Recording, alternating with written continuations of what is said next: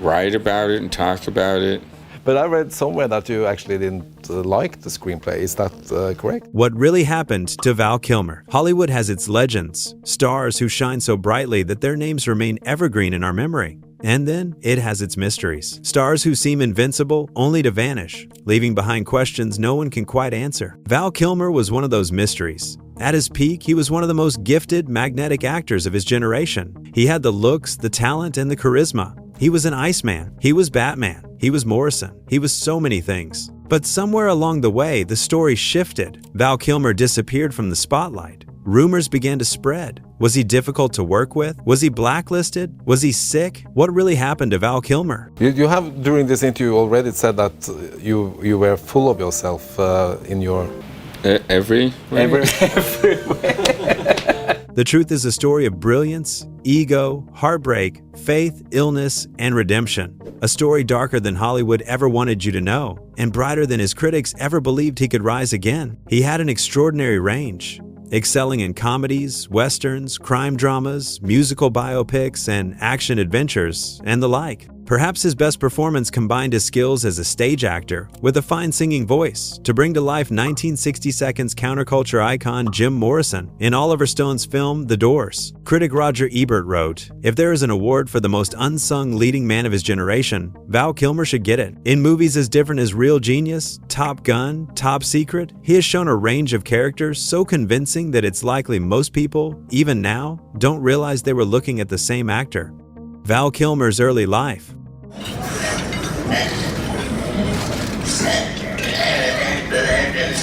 Val Edward Kilmer was born on December 31st, 1959, in Los Angeles, California, to Christian Scientists, a movement to which Kilmer would adhere for the rest of his life. Sadly, this was not an ordinary childhood like every other child had. When Val was just 8 years old, his parents divorced. Tragedy struck again when his younger brother Wesley died tragically in 1977. Wesley had epilepsy, and he suffered a seizure and drowned to death in a spa, while Kilmer's housekeeper was on a quick shopping trip. Those wounds shaped Val deeply. He learned young that life was fragile, and dreams had to be chased before they disappeared. From early on, he stood out. He was a child who lost himself in stories, in characters. By high school, it was clear Val was different, driven, uncompromising. He attended Chatsworth High School in the San Fernando Valley, where future actor Kevin Spacey was among his classmates, and where he developed a love of drama.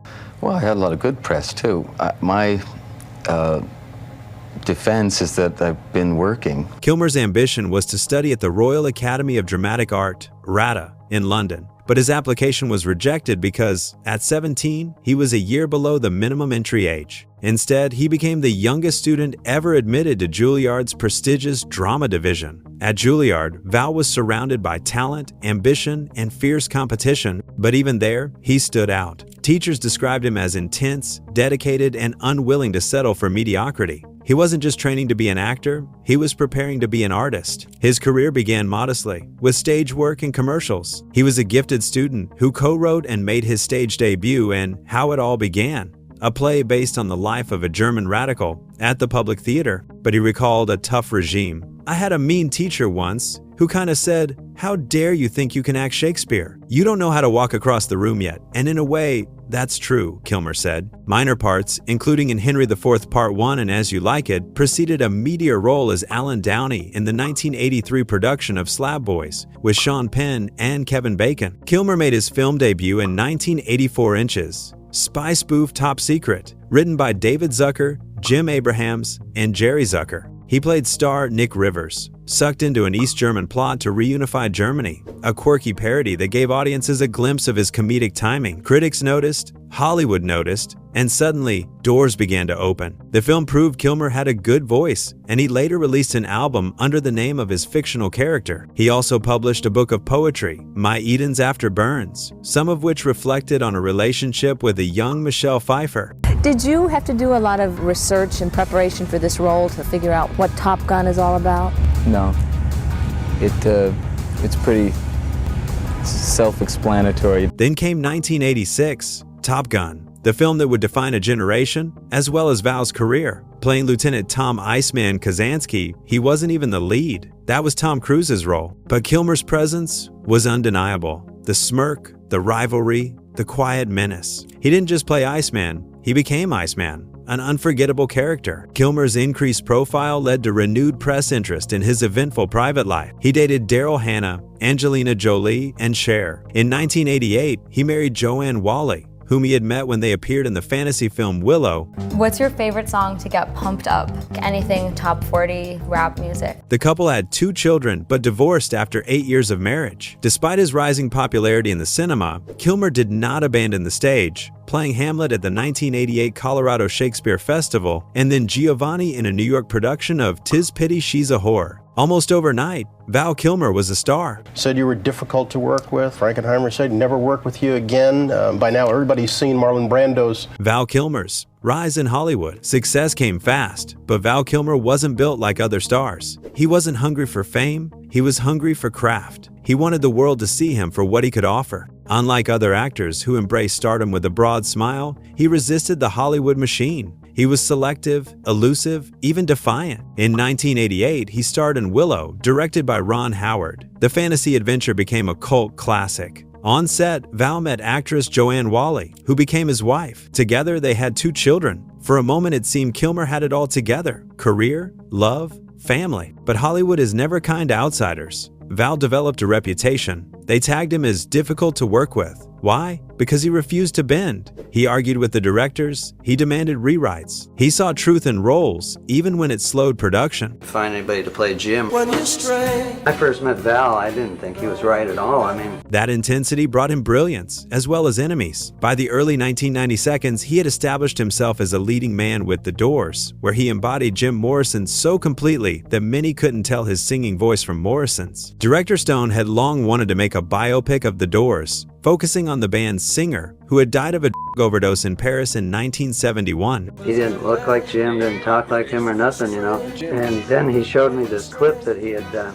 Several actors were considered, including John Travolta and Richard Gere, before Stone chose Kilmer because of his physical resemblance to Morrison and strong singing voice. To make it more realistic, Kilmer lost weight and learned 50 Doors songs by heart, as well as spending time in a studio perfecting Morrison's stage style. Critics called it haunting, transformative, but behind the scenes, Oliver Stone described him as obsessive. It was 3 songs, but I either said 2 of them were Jim and 1 of them was me, or 1 of them was, I can't remember. But he was, listening. He said, well, that's Jim. I said, And then came Batman Forever, 1995. Val Kilmer, wearing the cowl, replaced Michael Keaton to become the Dark Knight. It should have been the pinnacle of his career, but it wasn't. The suit was suffocating. He could barely hear or move. He later said, "Everyone talks to Batman, but no one talks to me." He was isolated, miserable.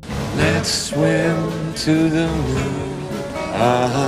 Let's climb. When he chose not to return for the sequel, Warner Brothers painted him as uncooperative. Hollywood whispered louder, Val Kilmer was difficult. That label would haunt him for a very long time. Testimony in terms of whether I'm difficult to work with is that I've worked with some of the most extraordinary actors in the world recently, none of them. The decline. In these magazines like Entertainment Weekly and other magazines, they talk about how difficult a person you are to work with. And I'm guessing, being in show business, that probably not much of those things are true. After Batman Forever, Kilmer's career wavered. He starred in the 1995 movie Heat alongside Al Pacino and Robert De Niro. Although the movie was a success, other projects faltered. The movie, The Island of Dr. Moreau, 1996, became infamous for behind-the-scenes chaos. Kilmer clashed with director John Frankenheimer, who later said, "Val is the most psychologically disturbed human being I've ever worked with." Frankenheimer said there were 2 things he would never do: climb Mount Everest and work with Val Kilmer again. He was so blunt. "I don't like Val Kilmer," he added. "I don't like his work ethic, and I don't want to be associated with him ever again." You wanted the director of that movie, Island of Dr. Moreau, to be fired. No, not true. Kilmer responded, "When certain people criticize me for being demanding, I think that's a cover for something they didn't do well. I think they're trying to protect themselves. I believe I'm challenging, not demanding, and I make no apologies for that," he told the Orange County Register newspaper in 2003. Kilmer remained much in demand and reportedly received $6 meters for his role as Simon Templar in the 1997 film The Saint. Although critics were not overwhelmed by the film or his performance. Do you like it well enough that you would do more of them if they asked you? In the early 2000s, he still appeared in films, but Kilmer's cinema career met with little or no growth. In 2004, he returned to the theater in a musical production of The 10 Commandments in Los Angeles. A year later, Kilmer starred in London's West End in Andrew Rattenbury's adaptation of The Postman Always Rings Twice as Frank Chambers, the drifter played by Jack Nicholson in the 1981 film. The most interesting theater that happened during my time with Juilliard, especially coming in the height of the training, into the third year and fourth year. And in 2006, he reunited with director Scott for the sci-fi film Deja Vu, which received a mixed response. Kilmer also voiced Kit, the futuristic car, in a pilot for the television series Knight Rider. He spent years working on a one-man show, Citizen Twain, which examined the relationship between Christian Science founder Mary Baker Eddy and her long-term critic writer Mark Twain. A 90-minute film was eventually released. Enjoyed The Saint very much. Thank you. Yeah, I liked it a lot. Do you like it? Directed by Kilmer. Then came The Saint, 1997.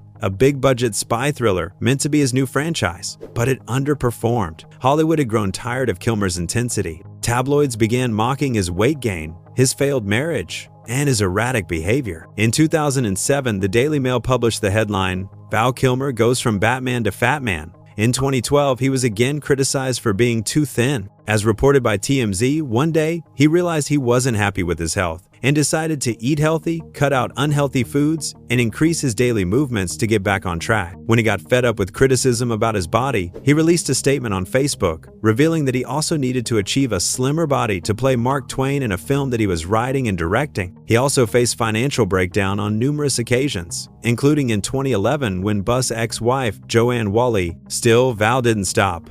He gave powerful performances in The Salton Sea, 2002, and Kiss Kiss Bang Bang 2005, proving his range. But the roles grew smaller, the budgets lower, and soon Val Kilmer, once the star of blockbusters, was reduced to direct-to-DVD obscurity. Immediately appealing to play a character who enjoys playing different characters. Behind the curtain, he faced financial troubles. In 2011, he sold his New Mexico ranch to pay debts. Friends whispered about loneliness, about a man who never quite found peace. But Val Kilmer wasn't broken, not yet.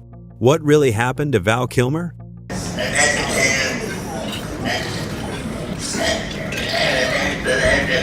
In 2014, tragedy struck, and this time, it broke him. Val Kilmer was diagnosed with throat cancer. Chemotherapy and radiation left him with a tube in his trachea and difficulty breathing, but eventually, the disease progressed. As a Christian Scientist, Kilmer had mixed views about seeking medical interventions, and at times ascribed physical improvements to the power of prayer rather than medicine. On occasion, he denied he had cancer at all. I was getting ready to put on Citizen Twain in Nashville when I lost my voice. I postponed the show for what I thought would be a month or two. My voice didn't get better, it got worse. And one day I started coughing up blood and was rushed to the hospital, Kilmer said. While in the hospital, he began to paint again, a hobby he'd picked in his youth. When he got out, he threw himself into making art, founding a studio big enough for his ideas. That studio has become a sacred space where artists gather and collaborate and help the next generation of artists in our community grow, he added. I was recently diagnosed with throat cancer. I'm still recovering. Surgeries followed, chemotherapy, a tracheotomy to help him breathe. The consequences were devastating. His once rich voice, the voice that gave life to Jim Morrison, to Batman, to Iceman, was reduced to a rasp, nearly gone. Speaking became painful, eating a challenge. For years, Val disappeared. Fans feared the worst. Rumors spread that he had died. Paparazzi photos showed a frail man, unrecognizable from the star who once commanded screens. I have them paint, we got scribbles that I painted on here with my brothers when we were kids. But Val Kilmer wasn't gone. He was fighting quietly, fiercely, on his own terms. But even in silence, Val Kilmer found a voice. He turned to painting, and he began enjoying the little things of life. Poetry, art. His home became a studio filled with canvases, paintbrushes, and colors. He began attending fan conventions, greeting supporters with warmth and humility. For many, seeing him alive, smiling, was a miracle. In 2021, Amazon released Val, a documentary built from decades of footage Kilmer had filmed himself behind the scenes of sets with his children in moments of triumph and despair, and also his memoir, I Am Huckleberry. It was raw, intimate, and heartbreaking. Fans saw not just a fallen star, but a vulnerable, resilient, and unbroken man. It delved into his darkest places and experiences, including his brother Wesley's accidental drowning as a teenager and the breakdown of his marriage. Insecurities, obviously, about myself that I projected onto the movie business. Kilmer also collaborated with London-based tech startup Sonantic to create an AI-powered voice model. The company used archival footage and old audio recordings of Kilmer to teach its voice engine to mimic his iconic speech pattern. Sonantic developed new algorithms to produce a high-quality voice model that captured the essence of Kilmer's natural sound. And then came 2022, Top Gun, Maverick. Tom Cruise insisted Kilmer reprise his role as Iceman. The scene was brief, but unforgettable. Technology recreated his voice, but his presence was fragile, dignified, powerful, and real. For audiences, it was more than nostalgia. It was closure. It was a victory. Val Kilmer, the Iceman, had returned. Just the sounds coming out of my mouth, it was just absurd. It's time to let go. Iceman tells Maverick in one poignant scene. He soared, he fell, he fought, and he rose again. Yes, he was difficult. Yes, he clashed with directors. And yes, he walked away from roles that could have made him richer. But that was who he was, an artist unwilling to compromise. Cancer took his voice. Fame took its toll. But Val Kilmer found something greater. He found himself through art, through family, through resilience. He never embraced the kind of Hollywood party lifestyle his looks and fame might have brought him. You can be my wingman anytime.